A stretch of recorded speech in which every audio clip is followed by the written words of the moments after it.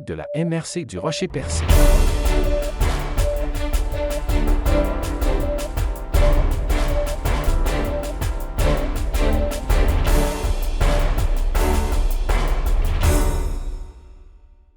Des travaux d'urgence et d'importance concernant la recharge de la plage de l'Anse-du-Sud à Percé sont attendus prochainement et vont durer plusieurs semaines, confirme la mairesse Cathy Poirier. Le visage du littoral de Percé est en constante mutation depuis plusieurs années en raison des changements climatiques qui font des siennes. Les tempêtes dévastatrices de 2015 à 2018, sans parler de celles de 2010, voire l'hiver 95-96, en sont des témoins vivants qui ont laissé des cicatrices. Devant tant de bouleversements, des bâtiments ont été déplacés. Le premier ouvrage de recharge de la plage de Galets a été créé, lequel a depuis montré toute son efficacité. Il a été créé en 2018. Reste que l'ouvrage vieillit, rongé par le va-et-vient des marées, et il faut rapidement le reconstituer. C'est ce à quoi s'engage le ministère québécois de la Sécurité publique, des travaux évalués à 1,9 million de dollars entièrement payés par Québec, devant débuter sous peu et qui vont durer environ 5 semaines, rappelle la mairesse Cathy Poirier, qui s'en réjouit, histoire d'être prêt pour les prochaines tempêtes. Dans ce reportage, vous verrez d'abord les précisions sur ce sujet de Mme la mairesse, suivi de l'essentiel de la toute dernière séance municipale. Bonne écoute. Madame la mairesse, bonjour. Bonjour. Alors, à la séance municipale, 2 sujets d'intérêt. D'abord, on refait la recharge de plage au coût de 1,9 million de dollars, je crois, l'Anse-du-Sud. Mettez-nous ça en contexte. Écoutez, la première recharge 2018, on se souvient, suite aux tempêtes de 2017, 2016, 2017, la grosse recharge qui a été faite en 2018. Suite à cette recharge-là, au fait, qui est un concept, là, on revient justement en contexte. Le contexte de recharge de plage, c'est un contexte qui, c'est un ouvrage qui est dynamique. C'est un ouvrage, on l'a mentionné plein de reprises, on l'a mentionné dès ces moments-là, qu'il devrait avoir éventuellement certains entretiens. Et quand on parle d'entretien à ce moment-là, c'est plus des mises à niveau parce que c'est quelque chose qui est prévu dans le temps. Donc, on s'attend à revenir aux années X, 3 ans, 4 ans, 5 ans à déterminer pour refaire un équilibre de cette recharge-là. Ce qu'on a observé après 2018, 2019, 2020, on a observé que c'est un concept qui fonctionnait bien. On a vu les premières tempêtes après la recharge, tout se maintenait, tout était là.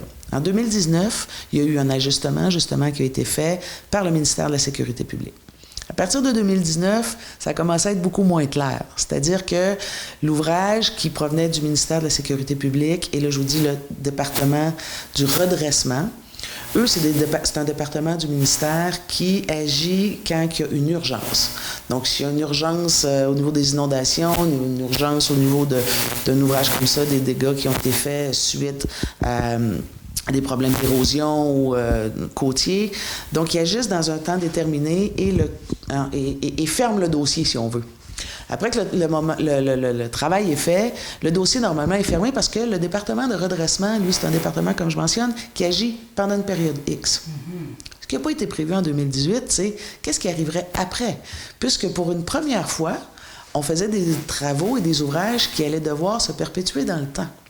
Et c'est la raison pour laquelle on a fait cet ouvrage-là, parce que même si on la faisait en 2018 à coût de plusieurs millions, ce qu'on calculait dans les avantages coûts...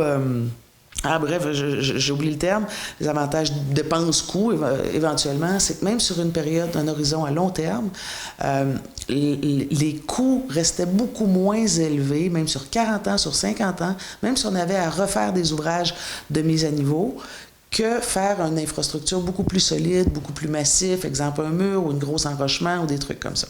Donc, c'est le choix qui avait été fait à cette époque-là. On a été très satisfaits, on est contents parce que même esthétiquement, ça reste quelque chose de beaucoup plus agréable que des murs, évidemment. Mais à partir de 2019, on tombait dans une espèce de vide.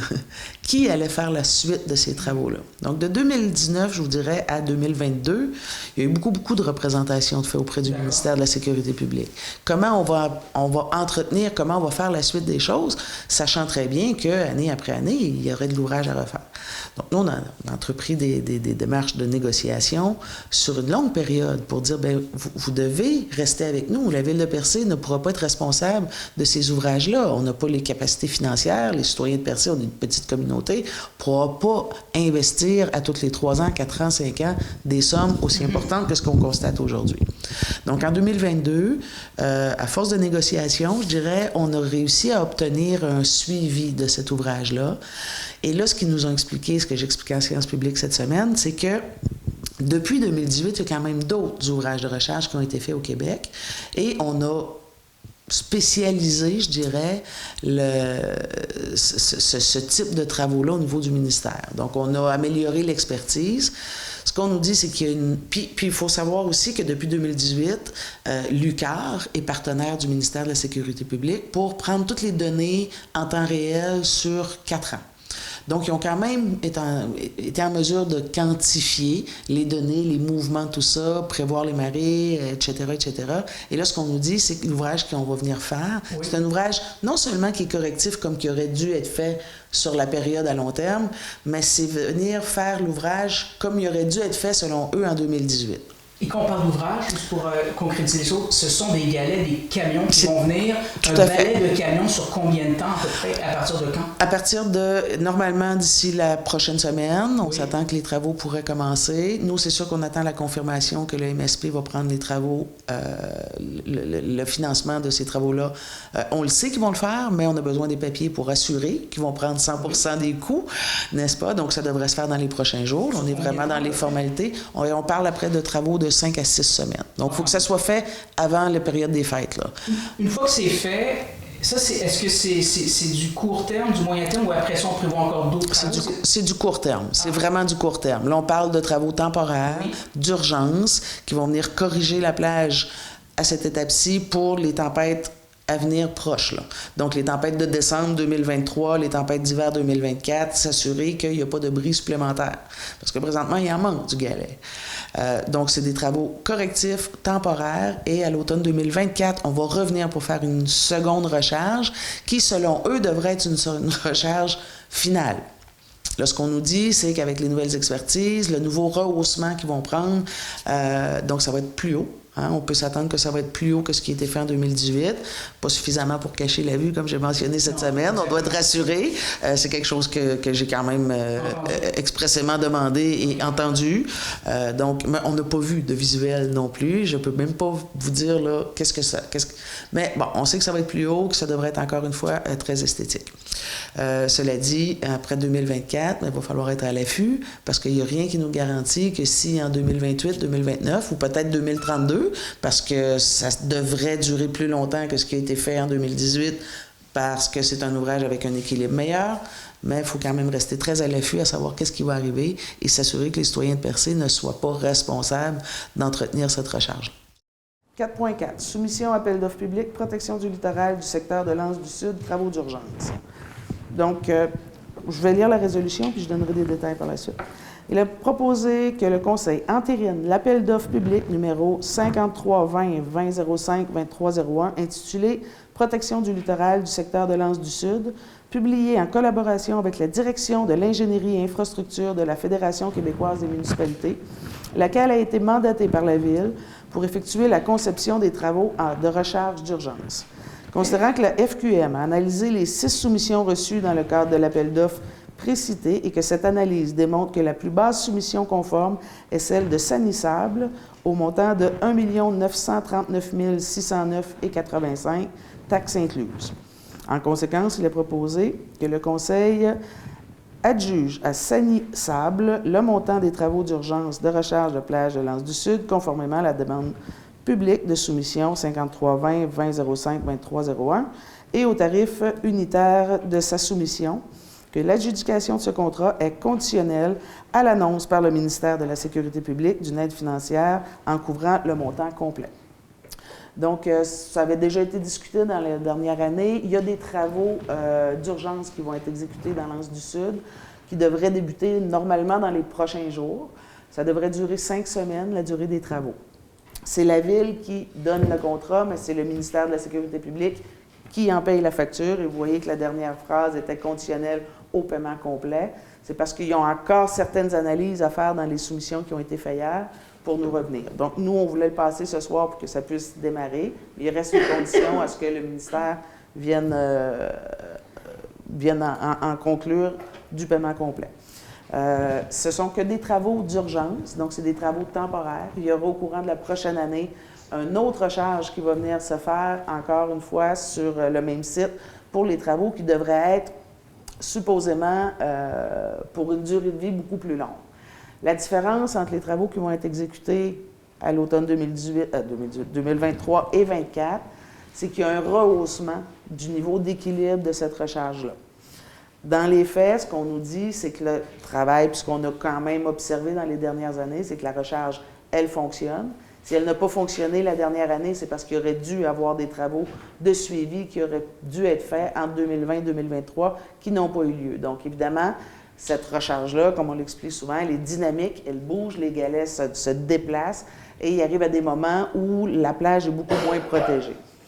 Le nouvel ouvrage qui va se faire va avoir une hauteur plus élevée. On va quand même voir la mer, là, je vous rassure. On va voir le paysage, mais ça va être quand même plus haut au niveau, je dirais, là, des plates-bandes là, qui est installé le long de la promenade. Donc, en espérant que ce nouvel ouvrage-là, c'est les calculs des ingénieurs aujourd'hui, ils ont quand même fait beaucoup plus de recharge depuis 2018 qu'ils en avaient fait avant la première qui a été faite à Percé. Donc, il y a beaucoup plus d'expérience et le niveau de la crête, comme je vous mentionne, devrait avoir une durée de vie plus longue. Maintenant, bien, on pense qu'avec le temps, on verra jusqu'à quand on aura besoin de nouvelles recharges, mais il faut se souvenir que c'était le principe de base de ces ouvrages-là. C'est des ouvrages qui demandent des entretiens dans le temps, puis on verra là, comment ça va fonctionner, mais au moins, on sait que les travaux pour l'automne 2023 vont être faits là, pour la protection à court terme. Évidemment, ils vont venir réparer également la promenade, là, qui a été, vous avez certainement observé, vidée par en dessous. Il y a aussi le débarcadère là, où le béton est cassé, donc tout ça va être rénové aussi. Alors voilà, est-ce que j'en propose? J'en propose. Merci, M. Cloutier. On prend une petite gorgée, hein? Non, je pensais que tu cherchais, je ne sais pas. Merci. 4.5. Entente avec la Société québécoise des infrastructures pour la réalisation des travaux municipaux requis pour l'utilisation des rues du Mont-Joli et Billard par l'Espace bleu de la Gaspésie. Donc, il est proposé d'entériner l'entente intervenue avec la Société québécoise des infrastructures, donc la SQI, concernant le versement à la Ville de Percé d'un montant forfaitaire à titre de contribution au financement des travaux municipaux requis pour l'utilisation des rues du Mont-Joli et rue Billard pour l'Espace bleu de la Gaspésie, d'autoriser la mairesse et la greffière à signer la dite entente pour et au nom de la Ville. Merci, Mme Aucoeur. Et là, écoutez, il y a une entente, elle n'est pas publique parce que la Société d'infrastructure du Québec nous demande de garder le montant qu'on a obtenu confidentiel. Donc, cette entente-là, elle est entre nous. Sachez qu'on a réussi à avoir une très, très belle négociation. On est très satisfaits. Quand les travaux ont débuté sur le Mont-Joli, on a vu la rue du Mont-Joli se détruire complètement. Ce n'est pas une rue qui est faite pour la circulation de véhicules lourds. Ce n'est pas des fondations qui sont faites pour ça. Ça reste une rue qui est résidentielle, somme toute. Donc, elle n'a pas été conçue pour recevoir des camions avec cette pesanteur-là. Ça l'a complètement détruit la rue. Ce n'était pas prévu dans les travaux de l'Espace bleu, au fait, de négocier avec la municipalité pour avoir des sommes pour refaire cette rue-là. On a quand même eu des très bonnes négociations, des bonnes ententes. On est très satisfaits du résultat de tout ça. Alors, voilà pour une bonne nouvelle. Est-ce que j'en propose un? Ah, c'est fait. Je suis revenue après. Merci, Mme Aucoeur. 4.6. Ministère des Transports et de la Mobilité durable. Projet de réaménagement de l'intersection route 132, route Lemieux, servitude temporaire pour un chemin de déviation et servitude de non-accès en faveur du ministère sur le lot 5 616 433. Madame Vibert? Oui, c'est dans le cadre des travaux de réaménagement de l'intersection de la route 132 et de la route Lemieux. La servitude, en fin de compte, la servitude, c'est sur le terrain de la ville qui est à la croisée, à l'intersection des deux chemins. Donc, ils ont besoin d'une partie pour faire un chemin de déviation pendant la réalisation des travaux et une autre partie en front de la route Glemieux et de la route 132 pour une servitude perpétuelle de non-accès, parce qu'il y aura des aménagements. Donc, on ne pourrait pas faire d'entrée à cet endroit-là pour le terrain. Très bien. Puis c'est pour un montant de 3 000 qui a été défini Par le les ministère. évaluateurs, oui. Parfait, merci beaucoup. Est-ce que j'en propose un? Merci, M. Cloutier. 5.1. Renouvellement des conduites d'aqueduc d'égout sur la rue du Mont-Joli et la rue Billard, service professionnel en ingénierie, donc confection des plans et devis. Ça fait suite à ce que je viens de vous discuter au sujet de la SQI. Donc, il est proposé d'accepter l'offre de service de Tetra Tech datée du 1er novembre 2023 au montant de 72 245 plus taxes pour la réalisation des plans et devis dans le cadre du projet de renouvellement des conduites d'aqueduc et d'égouts sur la rue du Mont-Joli et la rue Billard. Que j'en propose un. Merci, Mme Aucoeur. 6.1. Bibliothèque de Cap d'Espoir demande de remplacement des équipements informatiques. Donc, Madame Hubert? Oui, c'est ça. Donc, ça fait déjà plusieurs années que les équipements informatiques ont été installés à la bibliothèque. Les bénévoles ont demandé à ce qu'ils puissent avoir la permission d'acheter d'autres équipements. Comme à chaque fois, ces équipements-là sont admissibles à une subvention du réseau Biblio par l'intermédiaire du ministère, d'un programme du ministère de la Culture et des Communications.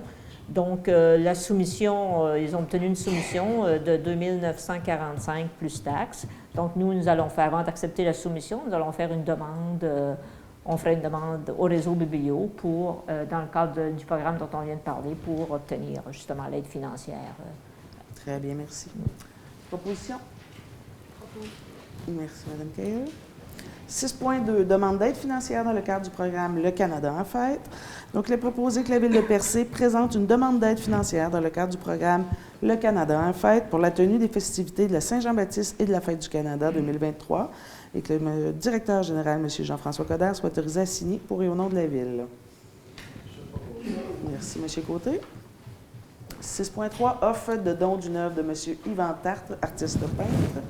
Donc, il est proposé d'accepter l'offre faite à la Ville de Percé par M. Yvan Tartre, artiste peintre, concernant le don à titre gratuit d'une de ses œuvres, à savoir encre de Chine et acrylique sur bois, encadré 21 par 21, intitulé Anse du Nord, AN8. Donc, autoriser la mairesse et la greffière à signer pour et au nom de la Ville l'entente à intervenir entre les parties. Merci, Mme Réal. Donc, c'est tout pour l'ordre du jour. Nous en sommes maintenant à la période de questions. Avant de débuter la période de questions, je voudrais céder la parole à Maître Cossette-Lachance. Bon, bonjour à tous. Pour ceux qui ne me connaissent pas, je suis le nouveau procureur. Ça est en place depuis avril. Mais bon. Je voulais vous parler du fameux dossier pour lequel vous êtes sans doute ici ce soir. Alors, ce qui se passe avec notre directeur de l'urbanisme et de l'aménagement du territoire. Alors, c'est une situation assez particulière que j'adresse avec beaucoup de doigté et de délicatesse. Alors, d'abord, la Ville de Percé a eu vent de certaines allégations à son sujet, sans toutefois avoir aucune preuve, mais c'était quand même des allégations sérieuses. Donc, on a procédé à une enquête administrative pour vérifier le contenu de ces allégations-là. Et M. Pitre a été suspendu avec solde, et ça en raison d'un jugement de la Cour suprême du Canada qui nous dit qu'un employé qui est suspendu pour une enquête administrative doit l'être avec solde pour respecter la présomption d'innocence. Alors, nous avons mandaté une firme externe pour procéder à l'enquête. C'est une firme qui ne vient pas de Gaspésie, qui ne connaît personne à Percé, qui est vraiment indépendante, impartiale et qui va procéder de manière confidentielle. Et bien sûr, on va tenter de faire en sorte que ça soit fait le plus vite possible, vu la situation particulière. Et c'est une décision qui est purement administrative. C'est d'ailleurs pourquoi vous n'avez pas eu de point à l'ordre du jour aujourd'hui. Ça ne regarde pas le politique, ça regarde l'administratif. Et d'ailleurs, Mme la mairesse a été exclue totalement de la décision.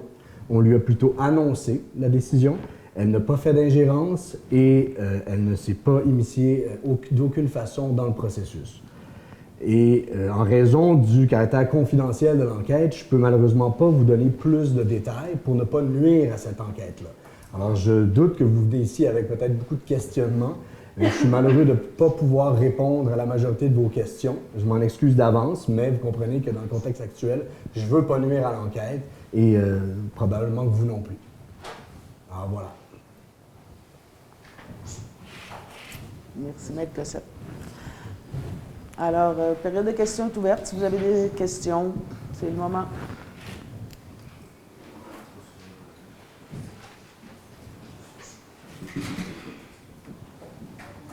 Bonsoir, Véronique Lambert, citoyenne de Percé. J'ai bien entendu ce que vous venez de dire, Maître Cossette. Et par contre, à titre de citoyenne, je me questionne quand même au niveau de l'éthique. C'est sûr que si on fait des vérifications auprès de la Commission municipale du Québec, quand une personne, entre autres comme un maire d'une ville, se trouve dans une situation particulière comme celle-ci, on peut se permettre de douter de l'impartialité exemple, dans ce cas-ci, de la mairesse par rapport aux informations qui peuvent circuler ou il peut y avoir des fuites d'informations. Personne n'est à l'abri. Ça peut se passer à une pause café, ça peut se passer dehors, ça peut se passer dans un couloir. Il peut y avoir justement toutes des situations comme ça. Et on est plusieurs citoyens à se demander qu'est-ce que vous faites ici ce soir? Juste pour un point de vue de l'éthique, par rapport à nous, pour question de respect. C'est pas non, c'est à vous que je m'adresse. Non, M. Cossette va vous répondre. En fait, il n'y a aucune obligation légale. Ça a été vérifié par plusieurs avocats. Il n'y a pas de situation de conflit d'intérêts parce que Mme la mairesse est exclue. C'est purement administratif. Ça ne la regarde pas elle-même. Il n'y a aucune allégation d'ailleurs qui la regarde. Et c'est une enquête externe. Donc, c'est aucune personne de la ville de Percé qui va faire enquête. C'est une firme externe. Et il n'y a aucune question adressée à Mme la mairesse là-dedans parce que c'est vraiment deux dossiers complètement séparés. Donc, il n'y a pas à s'inquiéter. Puis moi, je suis avocat et j'ai beaucoup de devoirs déontologiques et ça en fait partie de m'assurer que la justice soit rendue puis que le processus soit clair et confidentiel. Donc, je vous donne ma parole que c'est un processus qui sera respecté et qui sera impartial et qui va séparer le politique de l'administratif. Je comprends, très bien, merci pour votre réponse. Mais comment pouvez-vous vérifier si la mairesse ne peut pas aller faire de l'intimidation par rapport à une personne qui a fait une déclaration? Pour faire cette demande d'enquête, vous n'êtes pas avec Madame la mairesse 24 heures sur 24, cette personne-là sera libre de s'adresser à l'enquêteur externe qui est mandaté par la ville pour faire l'enquête. Donc, Madame la mairesse ne connaît même pas le nom de cette personne. Alors, je pense qu'il n'y a pas de risque de contamination. Alors, si personne veut faire une plainte, l'enquêteur mandaté par la ville pourra répondre à cette plainte-là. Bon, j'ai fait d'autres vérifications, là, c'est plus de votre ordre. C'est, en fait, ce que je me suis fait dire, c'est que quand, la semaine passée, les journalistes posaient des questions à M. Pitt ou à Mme Cathy Poirier par rapport à la situation particulière, les deux personnes les réfèrent à vous, les réfèrent à la ville de Percé.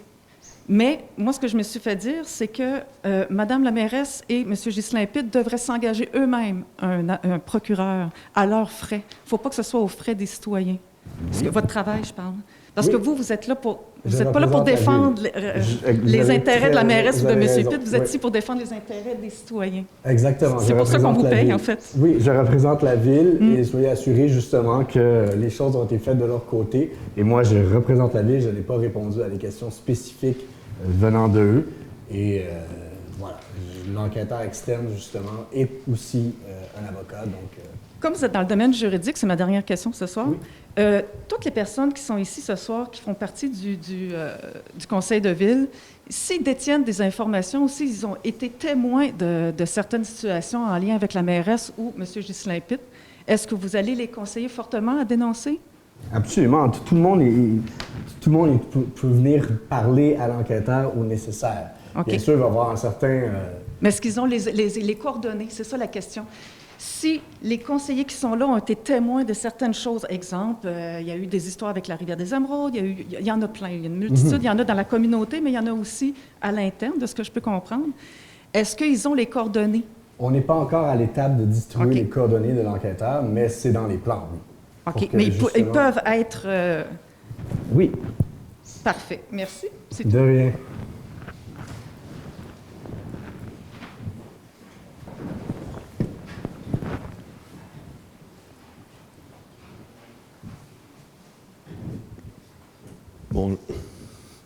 Bonjour, Philippe Landry.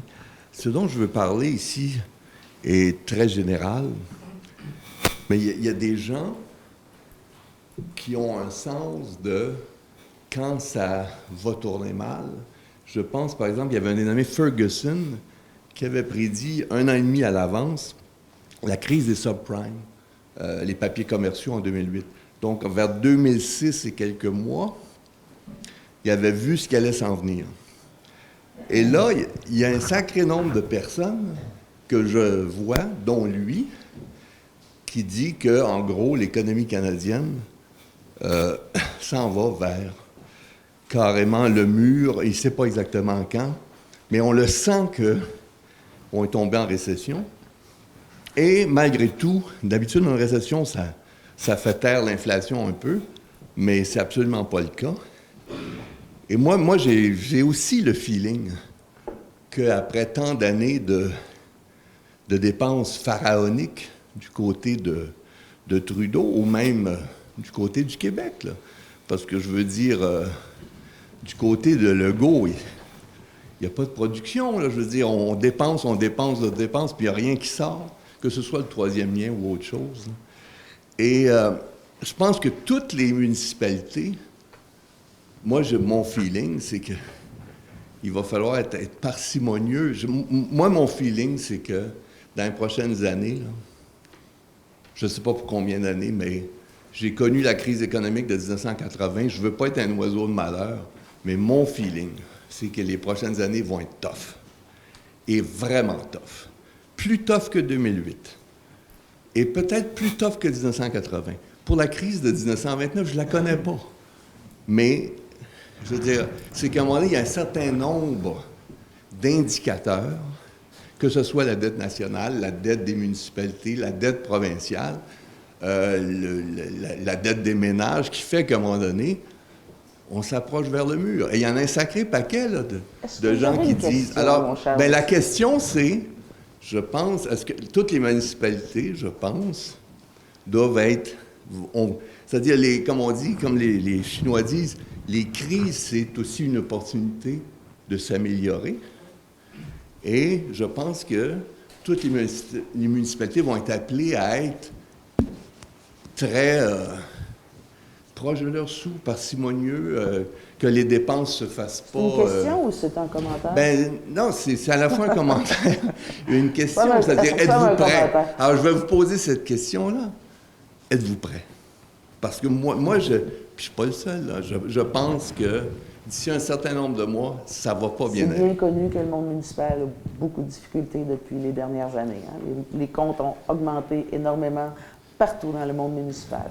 Donc, évidemment, nous serons vigilants, je vous rassure. Il va falloir être très vigilant parce que ça parcimonieux. Même à un moment donné... Je vous rassure. Même à un moment où l'argent coulait à flot, ça n'allait pas si bien que ça. Dans le monde municipal, l'argent ne coule pas à flot. Là. On n'a pas le droit de faire de déficit. Donc, moins qu'ailleurs. Ouais. Ben, je vous remercie pour votre commentaire. Je laisserai le micro peut-être que aussi, j'espère me tromper. Je vous rassure, on va faire me tromper, tout ce qui est en notre mesure j'ai le feeling que... pour être très vigilant. Je veux dire, je ne suis pas la seule boule de cristal Merci.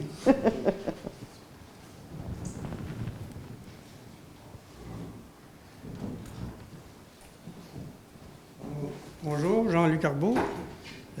Ma question est pour la mairesse. Vous avez parlé de la redevance encore à soir, OK? Mais quand vous avez été en appel, est-ce que vous avez eu la réponse que c'est final ou que...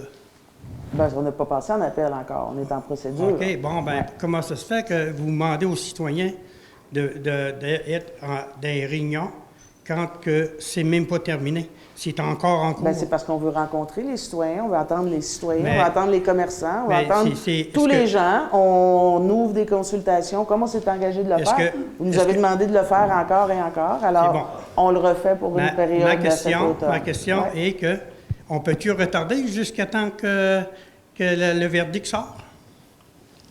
pense que ça serait la meilleure chose à faire. Ben, je pense qu'on va prendre l'avance, puis on va aller rencontrer les gens, on va entendre les gens qui Ben, l'ont j'espère que appliqué. les gens n'embarqueront pas. Merci, Mme Marie. Bon. De toute façon, on a entendu déjà votre point de vue, M. Arbois.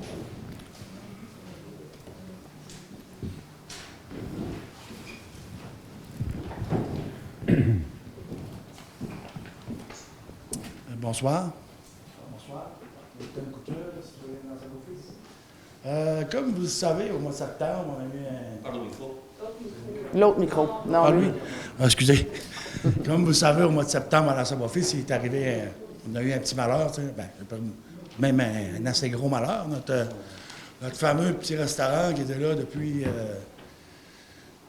plus d'une vingtaine d'années, peut-être plus que ça même, qui est brûlé. Puis cette semaine, j'étais dans mon châssis, puis je voyais des pelles à l'entour de là, puis je voyais du monde travailler. Pouvez-vous me dire c'est quoi? Ils démolissent le restaurant. Ça, c'est-tu le... Quand ils démolissent un bâtiment, même, ça prend-tu un permis? C'est quoi la procédure? Ben, ça doit être les assurances, au fait, qui payent pour la démolition, Non, normalement. mais moi, je veux pas savoir qui paye pour la démolition. Je veux Non, mais seulement... c'est eux qui l'engagent. Mais il n'y a pas besoin... Bonne question. Madame Hubert, est-ce qu'on a besoin de... Je pense Pour pas. vous dire, Une bonne question. Je ne peux pas répondre non plus, je ne sais pas. Puis ces déchets-là, c'est envoyé où exactement? Normalement Gaspé, au lieu aussi d'enfouissement, ou ce qui est récupérable peut-être à l'écocentre. Là. Je peux pas vous dire. C'est pas la ville qui exerce les travaux. Là. OK. Maintenant, ma question. Le 1569, rang 2, Cap d'Espoir, ça vous dit-tu quelque chose? Non, je peux pas vous dire. Ça, là, c'est un terrain qui a été acheté, qui a été abandonné par les taxes que la ville a ramassé il n'y a pas tellement longtemps. Là. Puis il y avait une maison là-dessus. Puis la maison n'est plus là. Dans le fond, moi, ce que j'aimerais savoir, la maison est rendue. Y a-t-il quelqu'un qui peut me répondre? La maison est rendue où? M. Coderre? Normalement, c'est ça. Ce que j'ai su, c'est qu'elle était bâtie, mais pour le moment, au niveau de la maison, je peux pas. OK, t'as su qu'elle avait été débâtie. Est-ce que tu sais, c'est qui a donné... Est-ce que c'est toi qui as donné l'ordre de la débâtir? Non. ça passe au conseil. C'est qui la personne qui a donné l'ordre? Ben, ça passe au conseil pour la démolition, ça. Ben, ça Ben, fait il me longtemps semble qu'on a qu'on doit avoir la résolution. Ben, c'est plus pas, longtemps. c'est pas si longtemps que ça. Là. Non, c'est pas Non, non, mais la longtemps. résolution, je parle, elle devait dater de plus longtemps pour la démolition. Pas Là. tellement longtemps. je sais pas, je sais je pas vais, dire. je vais vérifier.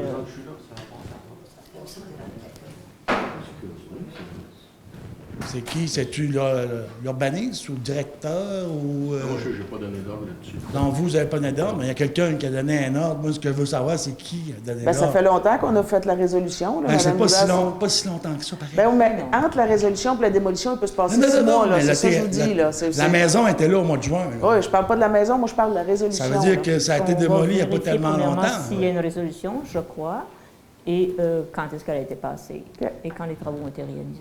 C'est bon. Puis ça, à quelle place que ça a été, ces déchets-là? Ben, je peux pas vous répondre, moi je sais pas. Là. Monsieur Coderre, savez-vous? Non, je vais valider ça. Ben, moi, je peux vous dire à quel endroit que ça a été. Puis c'est pas vraiment un bel endroit. Pouvez-vous me répéter le numéro de quoi? Le 1569, rang 2, Cap d'Espoir. Merci.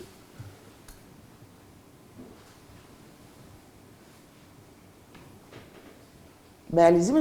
Linton. Allez-y, Ben, c'est ça. votre En regard, réalité, ce qui est arrivé avec la maison, c'est que elle a été enfouie à Val d'Espoir, à l'ancien site qui maintenant n'existe plus. Je ne sais pas pour quelle raison que vous avez fait ça, ou vous, la personne qui a donné l'ordre de faire ça.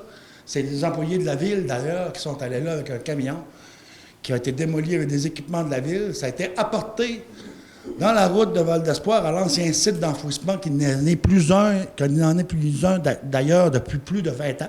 OK. Puis vous avez obtenu ces informations-là? J'ai vous, toutes M. les informations, Linton? j'ai même des photos. OK. Des photos de ça. OK. Mais moi, ma question, c'est qui? C'est qui qui est responsable de ça? Qui a donné Ben, on va vous Parce revenir que- avec ça. Là. Pour l'instant, il n'y a pas de réponse, on ne sait pas. Moi, je suis pas... C'est extrême, c'est très grave. Là. sais, on parle de quelque chose qui est quand même assez grave. Là. J'espère que c'est pas un directeur de l'urbanisme ou quelque chose même qui a fait ça. Là. Hein, ça paraît... C'est vraiment pas, là, franchement, là, c'est pas fort, ça. Est-ce que vous portez une accusation? Non, du tout. Je fais pas d'accusation. Je pose une question. Mais il y a une chose, par exemple, je veux savoir qu'est-ce qui s'est passé avec cette fameuse maison-là. C'est bon. Pourquoi que ça s'est ramassé là, l'espoir? Enfoui dans un site qui en est plusieurs. Vous trouvez pas ça bizarre, vous, madame? Ben oui, absolument. Mais là, je vous entends. Puis vous n'êtes pas au courant de ça du tout, ça? Vous n'avez pas entendu parler de ça, des employés qui auraient démoli une maison? Non, monsieur. Ben, ça doit être, je dirais, à peu près au mois de septembre, là, dans ces eaux-là. Ben, c'est correct, on vous a entendu, là. C'est correct. Là. Avez-vous autre chose à ajouter, M. Coder? Elle vous donne d'autres questions? Enfin, pas comme c'est là, mais je ne pense plus rien ajouter, mais je vais finir par avoir des réponses là-dessus. Bien. Merci.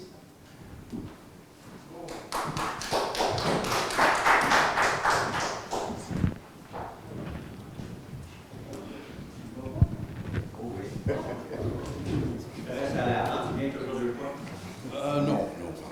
Michel Fréchette, Val d'Espoir. Non, Cap d'Espoir. Comme j'ai dit à la commission électorale, on est plein d'espoir à Gaspésie. Hope Town, Cap d'Espoir, Val d'Espoir. C'était bien beau. 1.6, effectivement.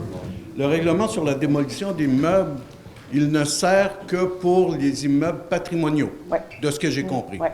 La Ville pourrait décider d'ajouter d'autres bâtiments, mais l'obligation minimum, c'est des patrimoniaux.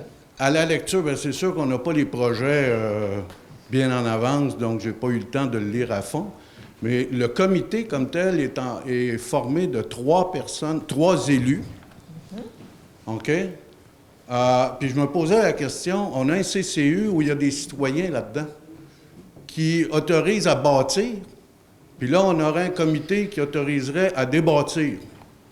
Pourquoi pas faire les deux en même temps, puis d'avoir s'épargner un comité?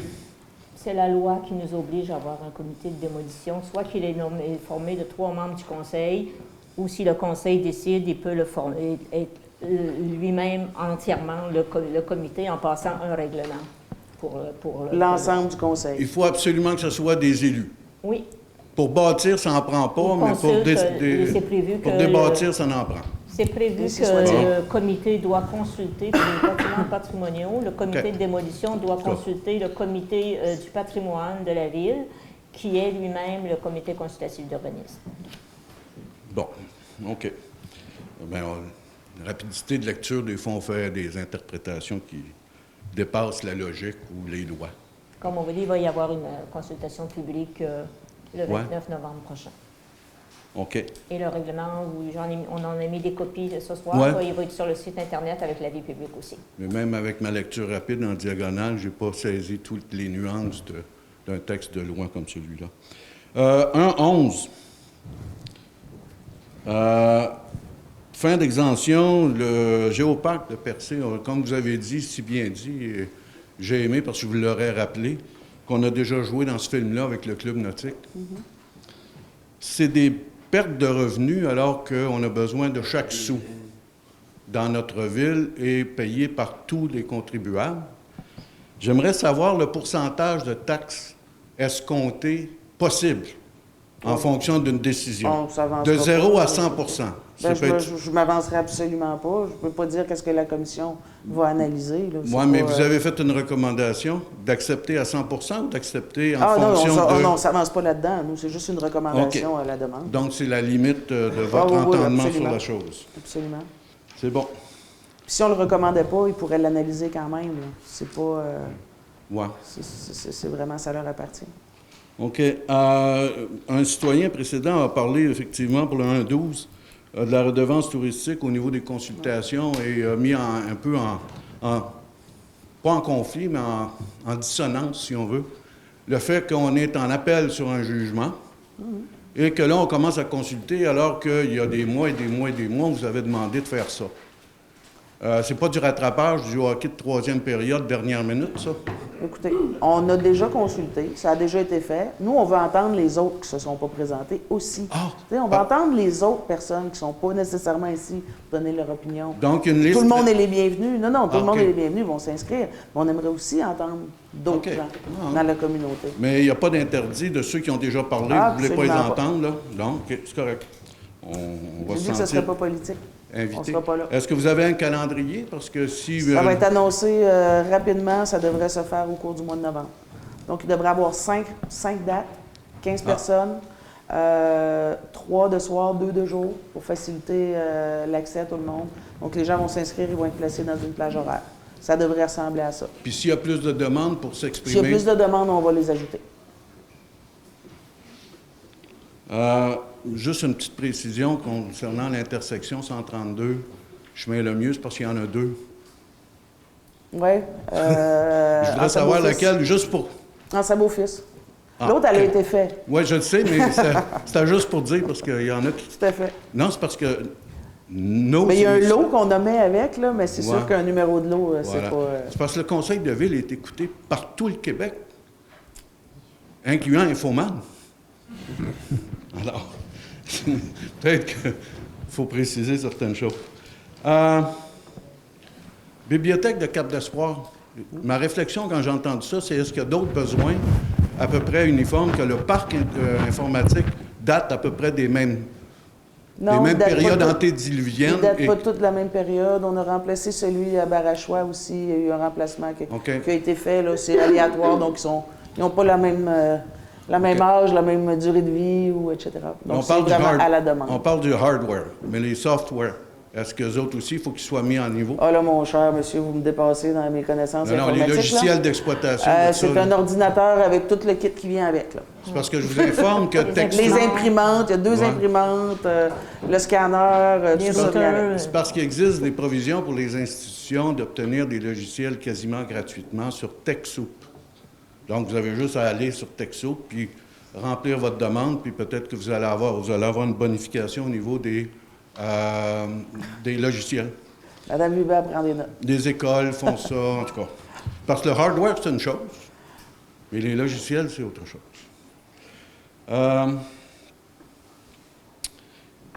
Ma question, si vous me permettez, va s'adresser au procureur. OK. Est-ce que vous pouvez nous faire un petit résumé rapide, là, dans un cas comme nous vivons actuellement, des principales règles d'éthique et de déontologie qui s'appliquent? Ben, un résumé. Oui. Ben, Je peux- le cas si est vous assez voulez- évident. si vous voulez- On ne si parle vous- pas de contrôle, on parle d'une situation d'un administrateur ou d'un cadre d'une Si ville. vous voulez lire le code de déontologie, il est en ligne. Il Je est vais en vous ligne le sur la réciter. ville de Percé. Je ne vais pas vous le réciter. Non, mais dans ce c'est quoi cas-ci, les principales lignes qui pourraient être intéressantes pour l'ensemble de la population un conflit pour ne pas d'intérêts. dériver dans les interprétations? Un conflit d'intérêts. Donc ça pose c'est une question souvent monétaire. OK? Et c'est avantager une personne proche de soi, l'avantager. Donc il doit y avoir un avantage. Il doit y avoir, on reçoit un avantage de quelque chose. C'est ça un conflit d'intérêts. Donc c'est la base des principes de déontologie comme ce qu'on a ici à la ville de Percé. Est-ce que la notion d'enrichissement sans cause est valable là-dedans? Ben oui, OK. c'est un avantage, un enrichissement sans cause. Oui. OK, parce que ça se calcule, l'enrichissement Mais ça, sans cause. ça c'est même plus la déontologie, je vais vous dire, ça, c'est du droit civil. OK. Demande, j'ai entendu pour le 2.6, pour la demande est faite pour 2023, peut-on corriger pour 2024, parce que c'est déjà passé? J'ai entendu, je ne sais pas si c'est sur votre texte, mais si on prend le verbatim de la réunion, on finance quelque chose qui a déjà existé. Mais ça, on a déjà vu ça ici. De quoi, ça? Le 6-2. Oui, la Demande demande de- était rentrée avant. La demande était... Donc, on finance des choses qui sont déjà passées. Back to the future. On parle 2024. Merci. 2024. Merci, monsieur. C'est pour c'est normatif du Canada. 2024. Ah, ben oui, c'est une erreur. Oui, c'est une erreur. Vous mentionniez, concernant le sujet un peu préoccupant pour l'ensemble de la population, que la personne en cause est défendu par les fonds publics actuellement. Selon l'arrêt de la... C'est vous qui avez dit ça, je pense? Non. Non, j'ai mal compris. C'est que c'est pas lui qui paye, lui ou elle, qui paie les frais d'honoraires de sa défense. C'est le jugement de la Cour suprême qui dit que tout le monde est innocent jusqu'à preuve du contraire. Le jugement de la Cour suprême dit qu'une personne, un employé, lorsqu'il est suspendu pour faire enquête, doit être suspendu avec solde. OK. Mais sa défense est assumée par qui? Les frais de sa défense? Par lui. Par lui? Ben, donc, on ne verra pas de compte là-dessus. Là. En tant que citoyen, on ne verra pas de compte là-dessus. Il y a des normes spécifiques, là, c'est plus complexe que ça, mais c'est ça ne regarde pas le jugement de la Cour suprême. Sauf que si M. Pitt désire retenir les services d'un avocat, il le fait à sa charge. OK. C'est bon. Il le fait à sa charge. Parce que moi, je regarde comme... M. Landry, c'est ça? C'est ça, M. Landry? La vague s'en vient, puis les comptes de taxes vont rentrer, puis c'est très, très inconfortable de savoir comment l'argent est dépensé si on voit que ça a été dépensé avec des causes qui ne nous concernent pas. Alors, j'invite encore, avec la parcimonie et la litanie des prudences qui s'avèrent dans ces situations-là, à bien gérer les sommes des contribuables. Je n'ai pas vu, puis ça me surprend, de résolution du Conseil concernant toute la question du redécoupage de la carte électorale. Vous l'aviez déjà passé, j'étais pas là. On le fait à la MRC, on est... Mais c'est pas basé aussi sur l'ensemble des villes? Non, ben, chaque maire est signataire de l'entente, de la résolution de la MRC. Donc, on ne l'a pas fait ici, on le fait à la MRC, puis on le fait avec la table des préfets aussi, élargie. Ouais. C'est parce qu'on a un rôle pédagogique. Vous avez vu la mobilisation à Gaspé et un peu partout concernant ce dossier-là. Et je pense que ça aurait été assez pédagogique d'en faire une résolution à chacun des niveaux. Parce que moi, j'étais là. Je suis seul dans la salle à la MRC. Puis, bon, une chance qu'on ait les télévisions communautaires qui nous appuient dans cette dynamique d'information publique. Mais je pense qu'il aurait été assez convenant que... On le fait à la MRC. Voilà. Bon. Est-ce que vous avez d'autres questions, M. Fréjette? Ah, oui. Parce que là, votre 5 minutes est pas mal dépassée. Mais c'était des questions. Ah oui, c'était des questions, je suis d'accord. Allez-y, okay. Mais là, c'est votre 5 minutes. Mais j'ai fini. Bon, ben merveilleux. 5 minutes, on parle de Daniel dans le temps. Là. On a déjà vu ça. Allez, le suivant.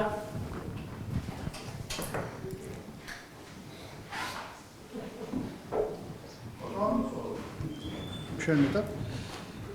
Tantôt, vous avez parlé d'un comité pour la démolition. Eh bien, si votre comité veut se pratiquer, là, qui va donc après la grange à la Follet, qui a traîné là tout l'été devant le monde, c'est honteux parce que, je me rappelle un temps, on m'a fait enlever une enseigne de publicité parce qu'elle était du côté de la mer. C'est toute une grosse enseigne qui est là. Puis il n'y a personne qui s'en soucie. Comme d'ailleurs, personne ne se soucie des dons qui se multiplient à 4 coins du village. Non, c'est faux, monsieur Méthode. Il y a beaucoup d'inspections qui se font sur le territoire. S'il se fait des inspections, il n'y a rien de qui se fait avec les bras. Il s'en fait, il y a des cas qui s'améliorent. On a un inspecteur qui a fait beaucoup d'inspections dans l'été. Il y a des rapports qui ont été émis dans la communauté.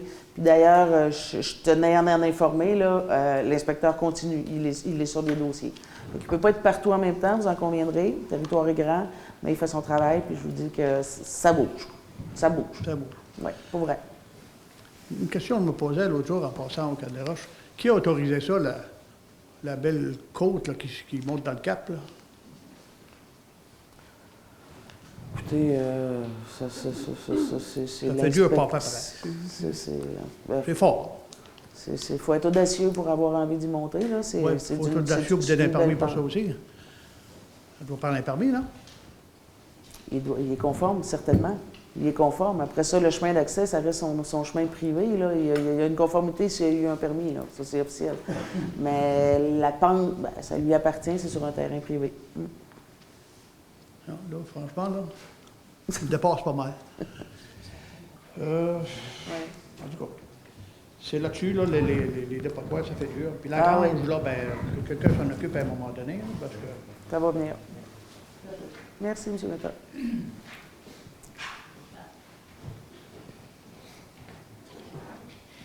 Christine Côté, coin du banc. Bonsoir, messieurs, mesdames. J'ai juste 2-3 petites questions en rafale super faciles. Concernant le 1.11, on parle, monsieur le procureur aime bien parler qui est très éthique, mais je tiens à rappeler que ça a été proposé par Mme Aucoeur qui travaille au Géoparc. Fait que ça, je pense que c'est mauvais. Puis vous êtes plusieurs en avant, il aurait peut-être fallu voir à ça. Hein, parce que c'est une décision qui est prise par l'ensemble des conseillers. Ça a été proposé par Mme Aucoeur, puis je crois que c'est pas très éthique de faire puisqu'elle est à l'emploi du Géoparc. Je pense que c'est pas neutre. Je dis ça, je dis rien, là. Ça, en tant que procureur, puis en tant présentement en crise éthique, je pense qu'on essaye de ne pas lever le fly sur des choses aussi bêtes que ça. J'y vais avec le point 1.12. Je vois l'offre de service de Le Lièvre Conseil. J'ai 2-3 petits soucis avec ça. Je crois qu'on a déjà utilisé cette firme-là dans le cas de l'école de permaculture. Et je crois que, malheureusement, malgré les gros sous qui avaient été investis, ça n'a pas été utilisé, ce qu'il a fait. Et puis là, je vois, consultation publique, c'est devant c'est en processus judiciaire. Ça m'inquiète aussi. Est-ce qu'il y a d'autres personnes que le Lièvre conseille pour faire de ce type de travail-là? On a très confiance en M. Le Lièvre. Non. Est-ce que le travail qui a été fait par M. Le Lièvre pour l'école de permaculture, et peut-être vous pourriez me rappeler le prix, je pense que c'est dans... On approche les 40 000. Qu'est-ce qu'on a fait avec son travail? S'il vous plaît, soyez honnête. La Société de développement économique a mandaté un comité aviseur pour donner un plan d'action. Présentement, on est en train de tout reprendre le travail avec le travail qui a été fait par M. Le Lièvre, qui était extrêmement pertinent. Je m'excuse, j'ai assisté à quelques réunions. J'aimerais que vous soyez très, très honnête et me dire que ce travail-là était très, très pertinent. Le travail de M. Le Lièvre, s'il n'a pas été pertinent, il a été extrêmement pertinent. OK, c'est beau, c'est filmé, c'est bon, merci. Puis je me demandais, c'est quoi le problème, là? Bien, moi, je me demande pourquoi... Vous mettez en doute le rapport de M. Le Lièvre? Oui, parce qu'il a été très, très, très... Ou son utilisation? Oui, c'est ça. Le rapport ou son utilisation? Bien, si on fait un rapport à ce prix-là, c'est pour qu'il soit utilisé. Moi, je vous dis que son rapport a été très pertinent. Est-ce que son utilisation a été optimale? Non. Voilà. Est-ce que ça va revenir? Oui. Est-ce que ça vous convient comme réponse? Parce que moi, j'ai confiance en M. Le Lièvre, puis je pense que c'était unanime autour de la table du conseil. C'était une décision unanime ou est-ce qu'il y a eu d'autres propositions ou il y a juste un conseil qui peut faire ça? Écoutez, un mandat de 6 000 madame, là, on ne fait pas des appels d'offres à gauche, à droite, on y va avec les gens qu'on a confiance. Parfait, ça répond à ma question. Vous avez confiance, c'est parfait. Ça répond à mes questions. C'était unanime au conseil municipal. Deuxième question, ce 6 000 $-là. Des fois, là, je vieillis, puis je vieillis peut-être mal avec ma mémoire, mais il me semble que la redevance, ça coûtait rien aux citoyens. Ça faisait juste apporter de l'argent. Absolument, oui. Fait que ce 6 000 $-là, il vient... Pouvez-vous me répondre? Est-ce que ça coûte quelque chose aux citoyens, la redevance? On va les prendre dans les surplus. Hein? On va les prendre dans les surplus. Dans les surplus? On va les réinvestir. Présentement, est-ce qu'on a des surplus? Bien oui. On a des surplus de 6 000 $ avec la redevance? Dans les surplus de la ville. Non, on parle de redevance. On parle des surplus de la ville, le fonds de surplus non affecté. OK? Non, mais ça, un surplus non affecté, là, comme disait monsieur, là, c'est quand ça va mal, là, c'est notre petit bas de laine. Ben oui, mais à l'année longue, ma chère dame, si vous veniez plus souvent aux séances, vous verriez qu'on prend dans les surplus. C'est tellement divertissant, je devrais venir plus souvent, je suis d'accord. Mais... bref, je trouve ça bizarre qu'on donne des... C'est très bizarre. C'est bizarre qu'on prenne des consultants pour venir nous aider dans une municipalité. Ben oui, parce que les gens qui vous ont demandé de les écouter sans frais. Ben oui. Vous avez dit non. On les a entendus. On veut entendre les autres. Non, c'est pas vrai. Vous avez dit non, puis vous les avez emmenés en appel. Le 4 juillet, bien, regardez, quel est votre but, là? C'est quoi, là? Bien, c'est de vous dire que vous dépensez des sous des citoyens pour arriver à vos fins. Mais je crois que vous devriez... Vos fins que la redevance... Aux fins de qui? Ben, vos fins personnelles, c'est un combat personnel, les redevances. Vous écoutez personne. Merci beaucoup. Vous pouvez y aller. Parfait. À mes fins personnelles, vous avez tous bien entendu? Oui. Bien oui. Bonsoir, Jean-François Gagné. Moi aussi, je suis d'accord. C'est pas normal que Mme Aucoeur participe à une résolution qui concerne son employeur. Écoutez, je veux juste mettre quelque chose au clair. Elle devrait se retirer. La décision, elle est prise par le Conseil. Il n'y a personne qui prévoit d'avance qui seconde la décision. Vous comprenez très bien dans la situation dans laquelle elle est. Là, je ne vous demanderai pas si elle a participé aux discussions en comité de travail. Je vous mettrai encore plus dans l'embarras. Mais c'est pas normal qu'elle n'a aucun qu'elle avantage financier, Mme Aucoeur, là, dans ce truc-là. Coudonc, ça concerne son employeur. Elle doit se retirer de ce sujet-là. C'est pas compliqué. Je sais que c'est mal compris à l'hôtel de ville, puis qu'il y a souvent des personnes qui se mettent en conflit d'intérêts de cette façon-là. Mais c'est pourtant très simple. C'est votre code de déontologie. C'est le vôtre. C'est vous qui l'avez adopté. C'est ça que vous dites dedans. Je vous demande juste de l'appliquer. C'est pas compliqué. Elle n'a aucun avantage pécunier relativement à cette décision-là. C'est son employeur. Je l'ai expliqué précédemment, le conflit d'intérêts regarde un avantage pécunier. Pas Il seulement. doit y avoir un avantage. Pas seulement. Elle n'a aucun avantage à ce que son employeur... Relisez votre code de déontologie. Monsieur, j'ai étudié 3 ans à l'université, plus 4 ans... Je parle du code de déontologie de la ville. Mon code de déontologie. Ouais. Merci, je sais de quoi je parle. Vous avez dit tout à l'heure qu'un employé victime qui se sent harcelé doit s'adresser directement à l'enquêteur. Je pense que si aujourd'hui, présentement, un employé se croit victime de harcèlement, il y a des personnes ressources beaucoup plus proches, le directeur général, C'est pas ça vous, la question, non? là. C'était pas ça la question, là. Là, vous mélangez tout, là. Si un employé a des informations et a peur de les divulguer à cause de représailles sur le harcèlement, il peut aller voir l'enquêteur pour divulguer cette information-là. L'enquêteur est complètement indépendant de la ville. C'est ça le but de mettre en place une enquête indépendante. Alors, un employé qui aujourd'hui se sent victime de harcèlement, qu'est-ce qu'il fait? La question n'est pas rapport à un employé. Moi, je vous la pose, la victime de question, là. Un employé victime de harcèlement va voir son employeur. OK. Donc, je les invite à le faire. Concernant la supposée consultation publique pour la redevance, là, si je comprends, c'est tout le monde qui va être invité. Là. Absolument. Ça concerne tout le monde. OK. Qui va être là sur place quand les gens vont avoir des questions sur la légalité de certaines options qui sont possibles? Qui va pouvoir leur dire... Monsieur le procureur va être présent pendant les Ça, c'est pendant les possible. rencontres. OK. Donc, ça veut dire qu'à chaque fois que quelqu'un Monsieur le procureur, Monsieur le directeur général vont insister. Ouais.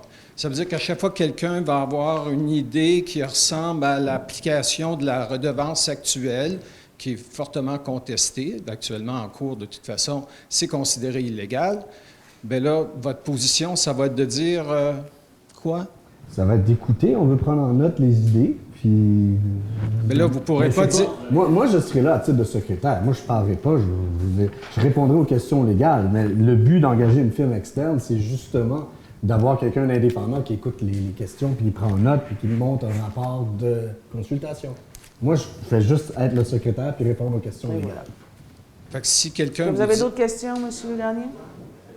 Je n'ai pas fini de Je vous demande, est-ce que vous des avez réponses. d'autres questions? Quelles vont être les méthodes d'invitation? Puis comment on fait pour s'assurer qu'on va être là quand ça va se passer? Parce que vous savez très bien quand est-ce que je ne serai pas là. Mais... Bien là, on ne va pas faire nos agendas en fonction de vos présences, absences. J'ai aucune espèce d'idée, En tout cas, ça s'est Garnier, fait là. l'année passée, mais là, qui On va a s'assurer? fait quelque chose pendant votre absence. Vous avez fait quelque chose, oui, mais on ne reviendra plus là-dessus. Pendant là. votre absence. On ne reviendra pas là-dessus parce que c'est hors sujet. Moi, ce que je vous demande, là, ça va être quoi la façon dont les gens vont être invités? Ça va être sur les réseaux sociaux, puis on a déjà invité les gens ce soir à regarder la page Facebook. Les gens vont pouvoir s'inscrire auprès de la Ville. Puis Ils vont se voir attribuer une plage horaire. Les dates qui vont être données, ça va Les être... dates sont à définir. Donc, ça va se passer d'ici, normalement, au maximum, ça devrait être terminé avant la mi-décembre, donc d'ici la fin de novembre. Ça vous convient, M. Gagné? Si c'est plus tard, vers la fin, mi-décembre, oui, ça Vous va me revenez quelle convenir. date, M. Gagné? Vous voulez qu'on vous attende? Ou, Le 10, oui. OK. J'aimerais bien ça être là, oui. Au moins à une Regardez des avec la disponibilité du consultant. Oui.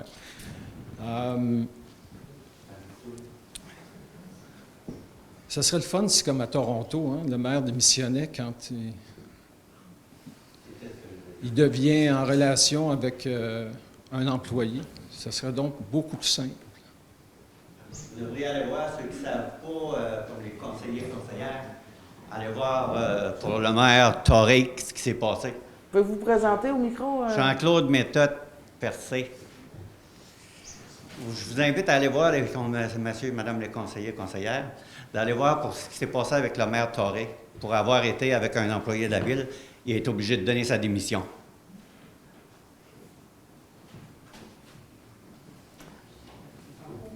Période de questions est terminée? Non, une dernière, excusez-moi. Véronique Lambert, citoyenne de Percé.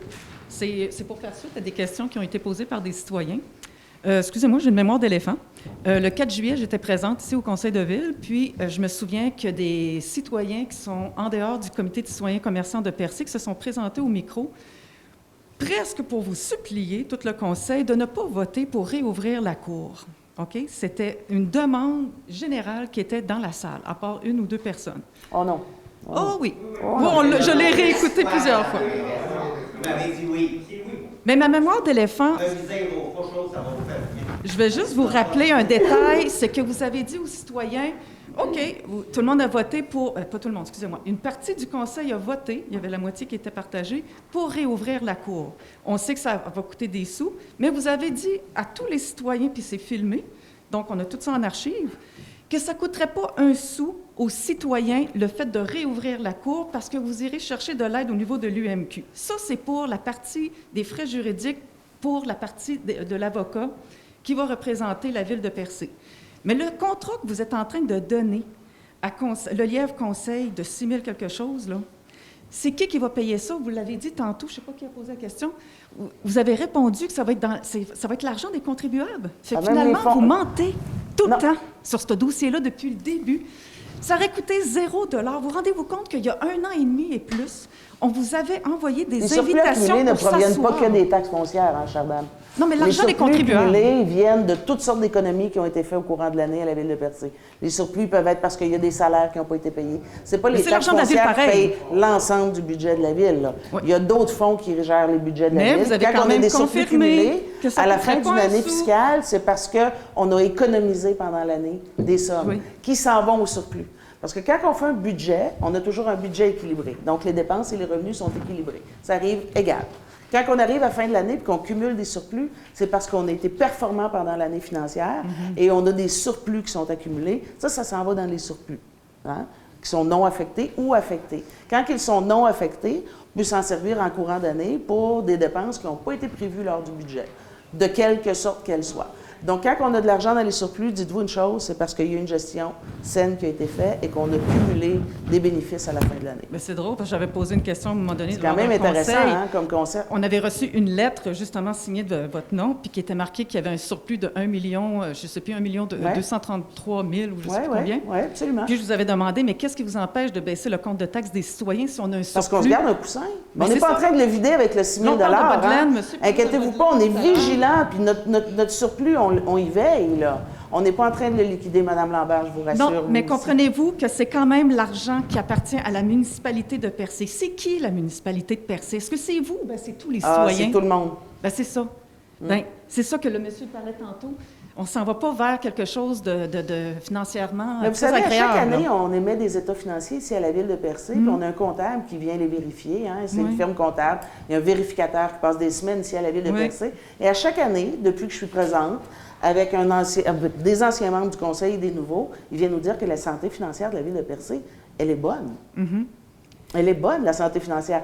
Notre ratio d'endettement, il est en dessous de la moyenne et il est en dessous des normes acceptables par le ministère des Affaires municipales. La santé financière de la ville de Percé se porte bien, Mme Lambert. Bien, je suis contente de vous l'entendre dire, mais absolument. C'est Puis bizarre. l'objectif de faire une redevance, si je vous reviens, c'est parce qu'on a beaucoup d'infrastructures vieillissantes. Puis on Mais veut ça, on pas a que tout soient compris payées. Je ça. vais vous le dire pareil. Non, on tout veut pas compris que soient ça. payées à même les taxes foncières des citoyens. On a Donc tout on compris cherche des ça. façons différentes d'obtenir des revenus pour aller aménager ce qui est désuet et qui n'a pas été entretenu depuis très longtemps. Donc l'objectif, c'est ça, et de ne pas prendre les taxes. Maintenant, pour arriver à nos fins, d'avoir des revenus qui vont être diversifiés, bien, on va continuer de travailler fort pour y arriver. Ben alors, au dernier conseil... Ça devrait vous rassurer? Oui et non, parce qu'au dernier conseil, vous avez dit que finalement, vous allez de l'avant avec la nouvelle rue commerciale alors que les terrains n'ont pas été vendus. Il y a eu un référendum sur ce dossier-là. Sur un règlement d'emprunt, ma chère. Vous avez dit... Il y a eu un référendum sur un règlement d'emprunt. On n'a pas parlé de règlement d'emprunt. Que la rue allait s'autofinancer par la vente de terrain. Ouais. C'est ce que vous avez Mais dit. présentement, on a les fonds pour la phase 1 qui ont Mais été ils viennent d'où? réservés. Ils viennent d'où? Bien, ils viennent de surplus qu'on a affectés parce qu'à chaque année... Mais suivez les résolutions. Mais suivez les résolutions. Quand il y a des surplus, on les affecte. excusez. Par résolution, ma chère dame. Excusez, Ben, madame. C'est trop compliqué, hein, Madame Lambert? Vous partez en vous prenant la tête. Non, mais excusez, Madame la mairesse, ça vient pas plutôt d'un fonds de Val d'Espoir? Un fonds de Val d'Espoir? Oui, qui aurait C'est eu... pas un fonds de Val d'Espoir. La TEC, qui est la taxe sur Oui. l'essence, a des dates très déterminées, OK? La TEC 2023 se termine en décembre. Ça, c'est un montant qu'on a pour refaire les aqueducs et les égouts. OK? Oui, qui était supposé d'être fait à Val d'Espoir. Bien, qui était supposé d'être fait à Val d'Espoir, mais quand on a choisi de... Est-ce vrai ou pas vrai? Ben non. Non. Non, parce que je vais vous expliquer pourquoi. Explique. Le projet de Val d'Espoir, il n'est pas à terme. Si on n'utilise pas le 533 000 qui était réservé pour Val d'Espoir, qu'on a fait dans la TEC, qu'on a prévu il y a 4 ans, en espérant être capable de le réaliser, parce que ça, c'est 4 ans de durée, OK, ce programme-là. OK. On doit faire une programmation de la TEC. On doit voter la programmation de la TEC, la présenter au ministère des Affaires municipales, puis elle doit être acceptée. Il y a 4 ans, on a choisi de mettre 533 000 pour le projet de Val d'Espoir, qui, celui-là, n'a pas pu être réalisé parce que le ministère des Transports ne nous revient pas, parce que ce pas des travaux qu'on peut exécuter seul, la Ville de Percé. C'est une route qui appartient au ministère des Transports. On n'a jamais pu réussir à avoir de réponse du ministère des Transports qui s'engage à faire les travaux en même temps que nous. Deuxièmement, ce projet-là, il est venu, mon Dieu, je pense que c'est 2002-2003 que ça a commencé pour Val d'Espoir. Il y a eu des études, il y a eu des consultations. À ce moment-là, quand ils sont allés rencontrer les gens de Val d'Espoir, ça leur revenait à plusieurs centaines de dollars par année pour tous ceux qui seraient branchés. C'est 40 maisons qui sont branchées. Ça allait leur coûter trop cher, ils ont refusé à Val d'Espoir. Donc, ils ont continué les études à savoir quel type d'installation d'assainissement qui pourrait être fait. Là, même en 2002 puis 2022, les ouvrages, toutes les installations pour assainissement ont évolué. Ce n'est pas les mêmes qu'en 2022. Ça a été repris, ça a été revérifié qu'est-ce qui pourrait être fait. Mais là, il n'y en a plus 40 maisons à Val d'Espoir. Vous avez sauté sur l'occasion. Je vais faire ma rue. Non? Ben non, on le perd si on ne le prend pas, M. Méthode. On ne l'aura pas dans la Ville de Percé. Quel autre projet d'égout on peut faire là, pour 533 000 $, dites-moi? Avant la fin décembre 2023. Okay. C'est un projet d'égout? Fait que vous préférez? Ta rue, c'est un ben, il y a des projet égouts certains. Il y a des égouts. Il va y avoir de l'aqueduc et de l'égout dans cette rue-là. Donc, si on ne prend pas ce 533 000 $-là, on le perd. Au mois de janvier 2024, il n'existe plus. Fait que vous pensez qu'on va laisser collectivement, nous, cet argent-là s'en aller à Québec? Ça reste à voir, ça. Pardon? Je pense que ça reste à voir. Je pense que vous avez eu assez de temps. Le temps que vous avez eu. Ah, hey, arrêtez-moi ça, là. Vous pouvez demander à toutes... Appelez au ministère. Je pense que... Bon, Cathy a eu assez de temps. Nous, moi, j'ai eu assez de temps là, pour faire les projets d'égout. Hey, je peux pas vous expliquer plus clair que ça, là. Vous n'avez pas le droit de parler dans la salle à part de ça. Dans les coliformes. De quoi tu parles? Les coliformes? Les coliformes de Val d'Espoir, ça que vous venez de dire?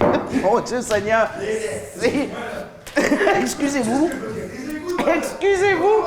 C'est plus important la route du Jurons-Parc que les égouts du Val d'Espoir. Non, monsieur, vous ne comprenez pas. C'est ce qui est important. En tout cas, moi, je pense que la majorité des gens ils viennent comprendre le problème, pas le problème, le montant d'argent qu'on va conserver à la Ville de Percé, puis qu'on va l'optimiser, puis on ne le retournera pas au mois de décembre. Donc, c'est excellent. Moi, j'aurais une autre question.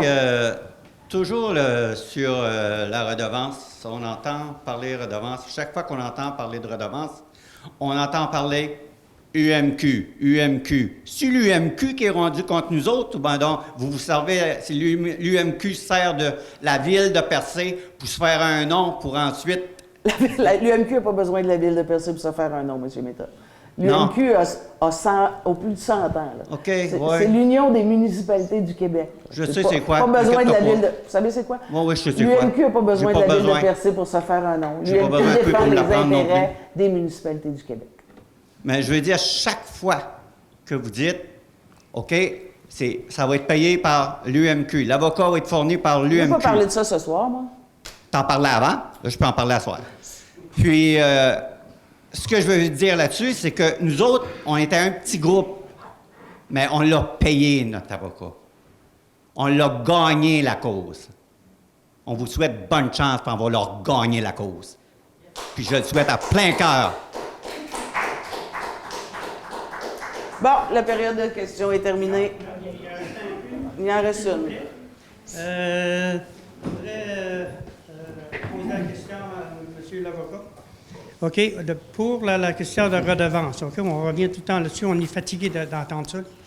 Est-ce que Mme la mairesse a le droit de prendre des réunions que c'est en cours ou qu'on peut attendre que la cour finisse avant d'avoir des réunions pour la maudite redevance? Vous voulez savoir si c'est légal d'avoir les consultations publiques en même temps que... Absolument. Absolument. Il n'y a absolument rien qui empêche... Mais pourtant, c'est en cours. Oui, absolument. C'est pas du tout le même angle. On parle du projet de redevance, puis on parle de la légalité. Ce qui va être débattu en cours, c'est des jugements. C'est beaucoup plus large que l'application au quotidien que font les commerçants de Percé de la redevance. C'est bon, monsieur, merci pour avoir répondu à ma question. On va y voir. D'ailleurs, les consultations servent aussi à trouver des solutions.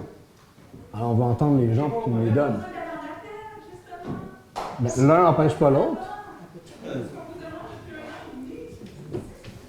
Qui lève l'Assemblée ce soir? Madame Doris, merci beaucoup. Bonne fin de soirée tout le monde à la maison. Merci.